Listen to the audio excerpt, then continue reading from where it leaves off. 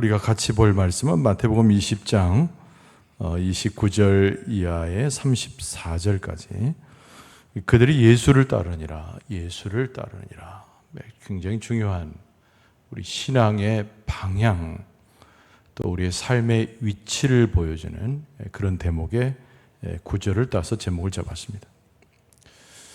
오늘 본문의 말씀은 이제 두 사람의 맹인에 대한 기록이 오늘 본문의 말씀이죠. 그들의 마음 가운데는 어떤 마음이 자리 잡고 있었을까요? 예수님께서 우리의 마음을 아신다라고 하는 거죠. 또 예수님께서 우리에게 필요를 따라 공급하셔서 우리를 도울 수 있다라고 하는 생각입니다. 그리고 한층 더 나아가서 이들의 마음에는 오시는 분이, 우리 앞에 계시는 분이 구약의 선지자들이 예언한 바로 메시아구나 라고 하는 확증입니다. 우리가 예수 그리스도를 만날 때 이런 체험적인 표현과 고백이 참 필요하겠죠. 오늘 본문의 말씀 속에서 두 맹인은 예수님을 만납니다. 분명한 사실이죠. 그 가운데 예수님께서는 어떻게 이 두 사람을 대하셨는가, 그리고 이들은 예수님을 어떻게 이해하고 예수님 앞에 나아갔는가, 중점적으로 우리가 말씀 속에 묵상해야 됩니다. 첫 번째는 예수님께서 이 두 사람에게, 또 허다한 군중들에게, 또 오늘 이 말씀을 대하는 우리들에게 긍휼히 여기시는 마음으로 함께 하셨다. 그래서 예수님은 우리를 긍휼히 여기시는 분이에요. 다른 말로 바꾸면 불쌍히 여기시는 거죠. 한번 따라서 합시다. 예수님께서 우리 가운데 오셔서 우리를 불쌍히 여기십니다. 그걸 우리가 아는 것이 중요해요. 예수님께서 우리를 긍휼히 여기, 불쌍히 여기셨는데 우리가 그것을 아는 것이 중요합니다. 예수님 우리가 만날 때 나를 불쌍히 여기시는 예수님을 직접적으로 체험해야 되는 건데 그걸 안다 그러지, 안다. 오늘 본문의 말씀에 29절 이하의 말씀을 조금 더 읽어드리면, 그들이 여리고에서 떠나갈 때 큰 무리가 예수를 따르더라. 맹인 두 사람이 길가에 앉았다가 예수께서 지나가신담을 듣고 소리질러 이르되 주여 우리를 불쌍히 여기소서 다윗의 자손이여 하니, 무리가 꾸짖어 잠잠하라 하되 더욱 소리질러 이르되 주여 우리를 불쌍히 여기소서 다윗의 자손이여 하는지라. 이렇게 돼 있죠. 그들의 기도의 내용이 주께서 자기들을 불쌍히 여겨달라는 간구죠. 긍휼히 여겨달라는 거예요. 예수님께서 많은 무리들과 특별히 제자들과 함께 예루살렘으로 가는 길에 계셨습니다. 예루살렘으로 가는 길에 어디를 만나냐면 여리고를 반드시 지나가야 돼요. 근데 여리고를 거의 빠져나갈 즈음에 맹인 두 사람이 예수님 앞에 나와서 부르짖어 간구했다는 것이죠. 맹인입니다, 맹인. 그러니까 그 말 그대로 앞을 보지 못하는 사람들이죠. 근데 인식은 해요. 사람들이 많이 모여 있고 많은 사람들이 그 누군가를 연호하고 또 아주 복잡한 가운데서 예수님께서 그 가운데 지나시는 것을 알 수가 있습니다. 요즘엔 이제 시각장애인 이렇게 부르죠. 그리고 우리가 시각장애인에 대한 어떻게 우리가 그들을 대할 것에 대한 홍보도 TV 뉴스나 여러 방식으로 대하게 됩니다. 도울 조직도 있고 또 장애인들이 꽤 살아갈 만큼의 환경도 조성하는 것이 현재 모습입니다. 그러나 오늘 본문의 말씀의 배경이 되고 있는 2000년 전에 이 과정에 있어서 맹인들은 오늘과 같은 그런 대접을 받지 못했어요. 그래서 그들은 항상 절망 가운데 살았습니다. 하나님으로부터 천벌을 받았다고 생각을 했어요. 그들의 마음 가운데는 하나님과 잇대어 있지도 못하고 사람들의 관계 가운데서도 소위 말하는 사람 대접을 받지 못했다는 겁니다. 절망이죠. 삶의 피폐함이라고 하는 것은 이루 말할 수 없었던 것입니다. 그들에게 있어서 예수님은 어떻게 이해되었을까요? 우리를 긍휼히 여기시는 분, 우리를 불쌍히 여기시는 분. 그 예수님 앞에 가서 고쳐주세요 이 말을 하는 것보다도 우리를 불쌍히 여겨주소서 이런 기도를 하게 되었다는 거죠. 그들에게 있어서 필요한 것이 무엇입니까? 예수님의 자비가 필요해요. 예수님이 찾아오셔서 그들을 만져주심이 필요합니다. 또 예수 그리스도의 놀라우신 은혜를 통해서 병고침을 받는 것이죠. 그들에는 이 모든 필요가 보통 사람이 예수님을 대할 때와는 전혀 다르게 아주 깊고 간절했다는 겁니다. 그런데 그들은 맹인이란 말이에요. 맹인. 그래서 다른 사람들처럼 예수님을 직접 붙들거나 예수님이 어디에 서 계시는가를 확인할 길이 없습니다. 예수님께서 분명히 지금 이 앞에 계시는데 어디에 계시는지 정확히 알지 못해요. 그래서 오늘 본문의 말씀에 보니까 소리를 질렀다고 되어 있죠. 소리를 질렀다. 기도라고 하는 것은 여러분 조용히 기도한다고 하나님이 못 들으시나요? 듣죠. 이렇게 광장에 나오지 않아도 그들이 골방에 있어서 기도했다고 해도 하나님이 들으셨을 거예요. 근데 그들은 맹인인데도 불구하고 사람들의 인도함을 받았는지 아니면 자력으로 나왔는지 자기들의 방식으로 거리로 나온 겁니다. 그리고 그것으로 족하지 않고 소리를 질러요. 왜 그랬을까요? 자기들은 볼 수 없지만, 자기들은 예수님을 인식할 수 없지만 예수님께서 이 맹인 두 사람을 볼 수 있다는 확신 때문에 그런 거예요. 소리를 질러야 주목을 끌 거 아니에요. 주의를 끌어서 예수님께서 이 사람들을 집중할 수 있는 그런 동기를 부여하는 겁니다. 그래서 그들의 소리 지름은 간절한 기도란 표현도 물론 해석될 수 있지만 자기들은 볼 수 없지만 예수님은 자기들을 볼 수 있기 때문에 그 많은 사람 중에 자기를 드러내기 위해서 예수님의 눈에 띄게 하기 위해서 소리를 질렀다, 이렇게 볼 수 있는 것입니다. 그리고 예수님을 뭐라고 불렀어요? 소리질러 이르되 30절에 주여 우리를 불쌍히 여기소서 다윗의 자손이요, 이렇게 부르죠. 다윗의 자손이요. 이 다윗의 자손이란 말 자체는 이 바로 예언자들, 선지자들이 주로 쓰던 메시아의 오심에 대한 표현을 쓸 때마다 사용되었던 표현입니다. 하나님께서 일찍이 약속하셨던 것을 선지자들이 일깨우면서 이 다윗의 후손 중에 메시아가 올 것이다, 이거를 수없이 예언했거든요. 그러니까 이들이 선생님이요, 아니면 나를 고치실 수 있는 분이요, 지나가는 그 누구요, 이렇게 부르지 않고 다윗의 자손이요 라고 부른 것은 예수 그리스도의 치유하심을 이미 들었던 소문 가운데서 예수님은 하나님의 아들로서 선지자들이 이미 예언했던 다윗의 자손 메시아로서 우리 가운데 있다는 것을 확신하면서 예수님을 부르고 있다는 것이죠. 우리가 하나님 앞에 늘 나올 때마다 기억해야 됩니다. 하나님께서 나를 보고 계실까? 이 질문 앞에 확신을 가져야 돼요. 예수님께서 나를 과연 만나 주실까? 역시 여기에 대한 확신도 가져야 됩니다. 나는 비록 예수님을 찾지 못해요. 여러분, 우리는 우둔하고 너무 우리의 모습은 연약해서 우리의 눈도 우리의 마음도 항상 부정확하거든요. 그래서 예수님이 내 앞에 계시는지, 예수님께 나를 팔을 붙잡아 주시는지 영 감각 없는 자처럼, 마치 문둥병에 걸린 사람처럼 예수님을 경험하지 못하는 한계를 가지고 있어요. 근데 중요한 것은 우리의 마음에 믿음이 일어나는데 그 믿음이 무엇인가 하니 우둔한 우리에게도 예수님이 찾아오신다는 믿음이에요. 메시아 되신 예수님께서 나를 찾아오셔서 내가 예수님의 손을 붙잡을 수 없을 정도 우매하지만 예수님께서 나를 직접 붙잡아 주신다, 이 믿음이 필요한 거예요. 할렐루야. 그러니까 오늘 이 아침에 하나님 앞에 기도할 때 우리는 아둔해가지고 예수님 앞에 무엇을 구해야 될지도 모르고 예수님 앞에 어떻게 나아가야 될지도 전혀 알지 못하는 상태에 있어도 예수님께서 우리를 사랑하시고 우리 가운데 찾아오셔서 여러분의 손과 여러분의 심령을 어루만져 주심으로 우리들과 함께 주시는 줄로 믿습니다. 바로 이 두 맹인은 거기에 대한 확신이 있었던 거죠. 소문은 많이 들어요. 병자가 치료받고 귀신들이 쫓겨나고. 근데 그 축적되어진 모든 경험치에서 바로 이 두 맹인이 예수님께서는 그렇게 분명히 하실 수 있는 하나님의 아들이고 선지자들이 예언했던 메시아였고, 그 메시아는 그냥 지나가는, 내 앞을 그냥 지나가는 분이 아니라 우리가 소리질러 기도하면 나를 드러내고 소란을 피워서라도 예수님께서 나를 주목해서 내게 오실 것이다, 이 고백이 있었다는 거죠.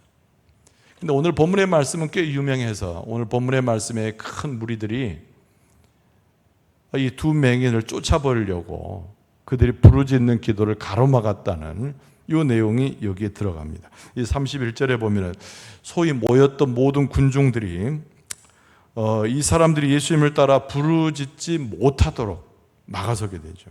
31절에 보니까 무리가 꾸짖어 잠잠하라 하되 이렇게 돼 있죠. 왜 이 사람들이 그랬을까요? 이렇게 몰인정한 사람들인가?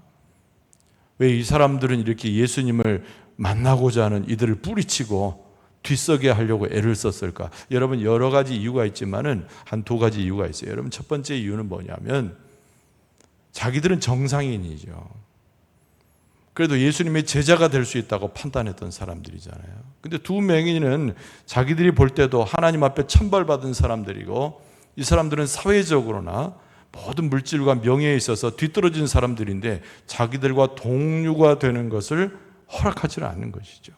우리야말로 예수님을 따라가고 수많은 군중들 가운데 예수님이 지금 어디 가고 계셔요? 예루살렘으로 가고 계시잖아요. 그러니까 우리가 예루살렘까지 쫓아갈 수 있는 자격이 있고, 예수님의 공생의 3년 동안 예수님의 역사를 보고 고백했던 12제자만이 아니라 조금 더 확대된 소위 제자가 될 수 있는 사람이라고 하는 자기 인식이 있는 거예요. 근데 갑자기 두 맹인이 나타나니까 우리하고 저 사람들하고 똑같은 종류의 동료가 될 수가 없는 겁니다. 너희들은 해당 사항이 없어. 그러면서 쫓아내려고 하는 거예요. 여러분, 두 번째로는 예루살렘으로 가는 길이에요. 예수님께서 예루살렘 길. 지금 막 재촉해가지고 그의 공생애를 마치는 기간이기 때문에 예루살렘으로 가셔야 되고, 예수님은 예루살렘에서 소위 말하는 혁명을 일으켜가지고 예수님 당신의 나라를 세울 것이에요. 예수님의 놀라운 이적들도 보았지만 둘러싼 군중들은 무엇을 기억하냐면 예수님께서 말씀하신 하나님의 나라에 대해서 이미 예수님의 설교를 통해서 알고 있었던 거죠. 그래서 다들 예수님의 오른편에, 혹시 예수님의 왼편에, 바로 뒤편에 서서 한 자리를 두둑히 챙길 수 있는데 지금 예수님의 가는 길이 이렇게 지체할 수가 없는 거예요. 자기들이 멸시하고 인정하지 않는 사람들 때문에 예수님께서 발걸음을 멈추시는 것을 허용하고 싶지 않았다는 것이죠. 그러니까 예수님께서 빨리 예수님 가셔야 되니까 예수님 귀찮게 하지 마라.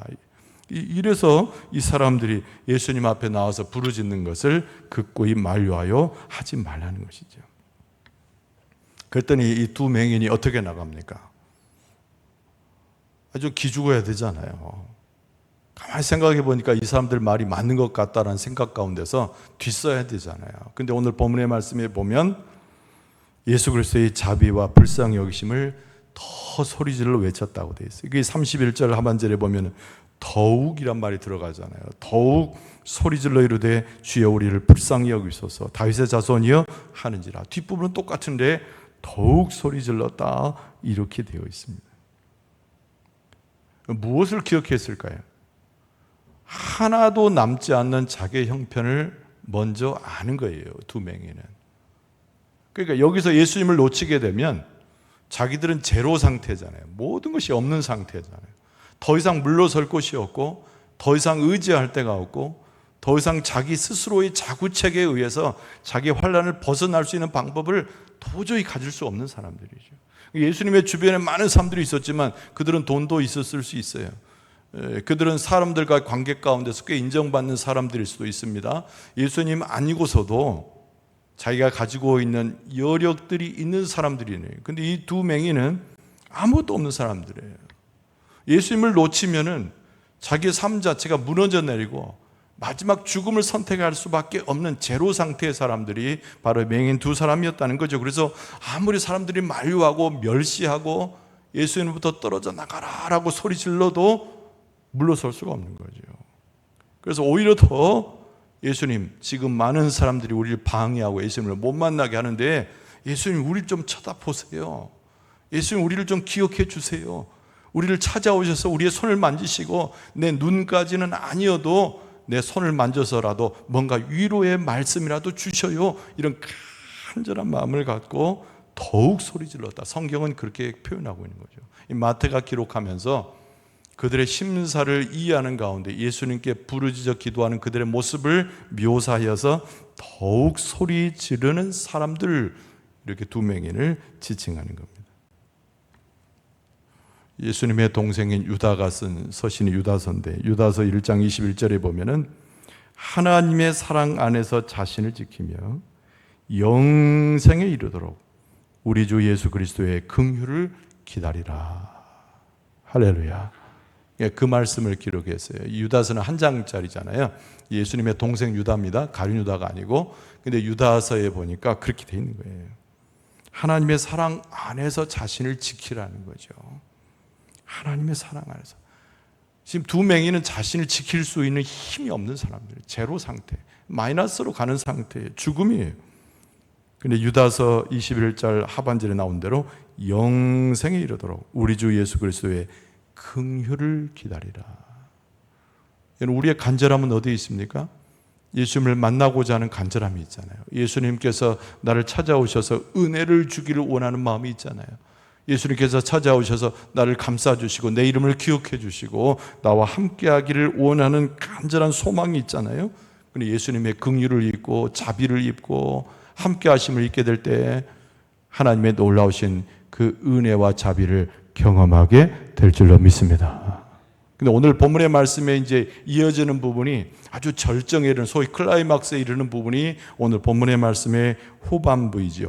바로 그것이 뭐냐면 예수님께서 이 맹인들과 함께 하셨어요. 이 말을 바꾸면 우리 모두와 함께 계신 분이에요.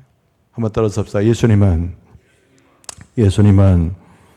우리 가운데 오셔서 우리와 함께 하십니다. 믿습니까? 믿습니까? 이 고백이 굉장히 중요한 거예요. 예수님께서 다른 이와 어떻게 지내고 관심 갖지 마세요. 예수님께서 뭘 행하셨는지 몰라도 그렇게 중요한 것이 아니에요. 무엇이 중요합니까? 예수님이 지금 나와 함께 한다는 것이 훨씬 중요한 거예요. 그래서 믿음이라고 하는 것은 뭐 우리 교회의 믿음, 공동체의 믿음 이렇게도 이야기하지만 철저하게 개인적인 겁니다. 믿음이라는 거는.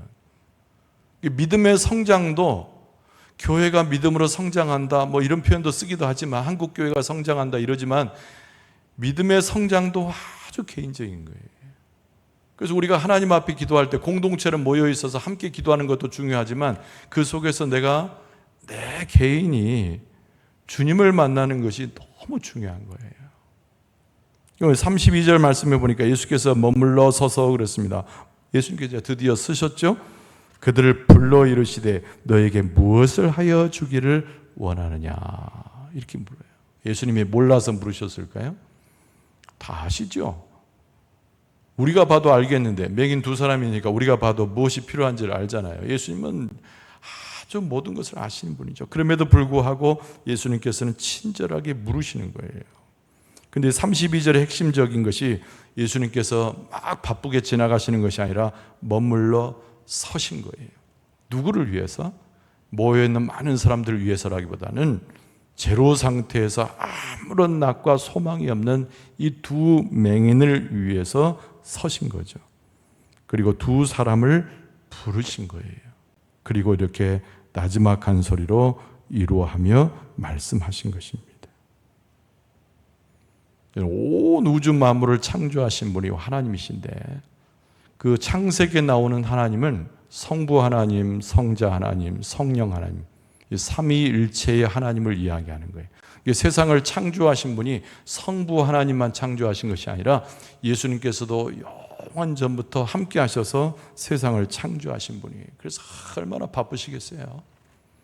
이 세상만이 아니라 모든 일에 얼마나 바쁘시겠냐고. 여러분 우리가 하루의 삶을 살면서 오늘 하루 너무 바쁘게 살았다. 저녁에 그럴 때 많잖아요.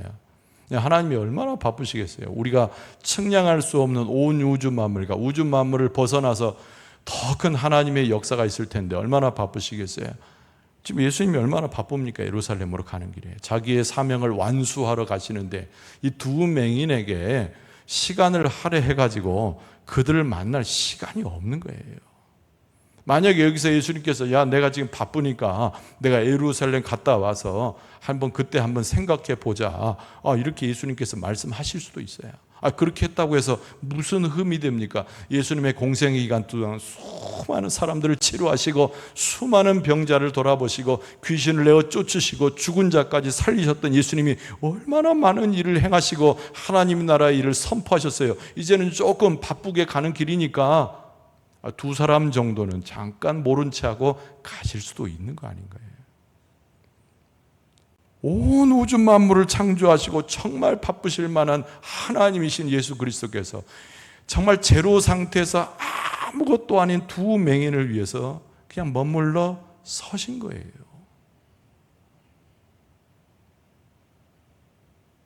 예수 그리스도께서 우리 가운데 오셔서 여러분 한 사람 한 사람 위해서 오늘 또 머물러 서셔서 여러분과 저의 심령에 예수님의 따뜻한 말씀으로 물으시고 함께해 주시는 줄로 믿습니다. 그게 믿음이에요. 그걸 받아들이는 것입니다. 32절을 다시 읽어드리면 예수께서 머물러 서서 그들을 불러 이르시되 너에게 무엇을 하여 주기를 원하느냐. 예수님의 자비를 구해야 됩니다. 예수님의 자비를. 예수님께서 우리 앞에 서셨을 때, 예수님께서 우리 안에 머무를 때 기도해야 되는 거예요. 근데 그 기도의 내용이 뭐냐면 자비를 구하는 거예요. 이 빌립보서 4장에도 보면 사도 바울이 빌립보 교인들에게 이렇게 권면합니다. 아무것도 염려하지 말고 다만 모든 일에 기도와 간구로 너희 구할 것을 감사함으로 하나님께 아뢰라. 그런 거예요. 사도 바울이 교만할 때는 예수님을 인식하지 못했으나 다메섹으로 가는 길에 예수님을 만난 다음에 완전히 바뀐 사람이 되었잖아요. 그 예수님의 십자가의 의미를 깨닫게 되고 예수님의 공생애를 그때야 이해하고 받아들이게 됩니다. 그리고 나서 자기의 체험적인 상황 가운데서 고난당하는 빌립보 교인들에게 그렇게 권면한 거예요. 예수님께서 지금 이 시간에 우리와 함께 하신 줄로 믿습니다. 우리를 찾아오신 줄로 믿습니다. 우리를 만져주신 줄 믿습니다. 그때 구해야 되는 거예요. 그때 예수님의 자비를 구하고 예수님의 은혜를 구하고 나의 육신적 연약함과 내 영적인 곤고함을 솔직하게 예수님 앞에 고백할 수 있어야 된다는 거예요. 예수님께서 왜 찾아오셨습니까? 우리의 요청을, 우리의 간구를, 우리의 기도를 들으시기 위해서 머물러 서서 우리에게 말씀하시고 찾아오신 줄로 믿습니다. 그때 오늘 본문의 말씀의 제일 마지막 부분에 보면 예수님께서 이 두 맹인을 그냥 내버려 두지 아니하시고 이들에게 엄청난 변화를 일으켜 주신 거죠. 33절에 보니까 이르되 주여 우리가 눈 뜨기를 원하나 했더니 34절에 예수께서 불쌍히 여기사 그들의 눈을 만지시니 곧 보게 되어 그들이 예수를 따르니라. 할렐루야, 할렐루야. 예수님께서 불쌍히 여기신 거예요. 불쌍히 여겨달라고 하니까 불쌍히 여기시고 은혜를 달라고 하니까 은혜를 주시고 자비로 역사해 달라고 하니까 자비로 하시고 여러분 우리가 구하는 대로 요청하는 대로 필요한 것을 공급해 달라고 말씀한 대로 하나님께서 허락하시고 예수께서 찾아오셔서 다 공급하시는 줄 믿습니다. 이 두 맹인은 무엇이 필요한 거예요? 눈을 떠야 되잖아요. 눈을 뜨는 게 육신의 눈만 뜨는 것이 아니라 예수님을 메시아로 이미 알아봤기 때문에 영적인 눈을 떠서 예수님을 쫓아가야 완벽한 변화를 이루는데 기도하는 이 모습 속에 예수님께 자기의 모든 것을 노출해서라도 결정적으로 하나님 앞에 나가길 원한 두 맹인을 예수님께서 무시하지 아니하시고 이들에게 변화를 주셨다는 거예요. 여러분 예수 그리스도께서 우리에게도 변화를 주시고 오늘 또 함께 하시고 우리를 치료해 주실 줄로 믿습니다. 육신의 연약함이 있으면 구하세요. 그러면 주님께서 치료해 주실 줄 믿습니다. 영적인 갈급함이 있으면 구하세요. 하늘의 것들로 채워주실 줄로 믿습니다. 우리의 삶이 황망하고 내가 어디로 가야 될지 몰라서 방황하잖아요. 예수님께서 지혜로 가르쳐 주시고 예수님을 쫓아갈 수 있는 길을 제시하시고 우리가 능히 걸어갈 수 있도록 힘과 용기도 허락해 주실 줄로 믿습니다. 예수님을 통하여 변화되고 또 예수님을 만나서 오늘 기도하고 예수님을 만남을 통해서 우리의 삶을 다 주님께 드려서 예수님을 쫓아갔던 예수님을 따라갔던 이 사람들처럼 용기를 가지고 주 앞에 나가는 하나님의 은혜를 덧입을 수 있기를 바랍니다. 하나님의 은혜를 덧입을 수 있기를 바랍니다. 이 시간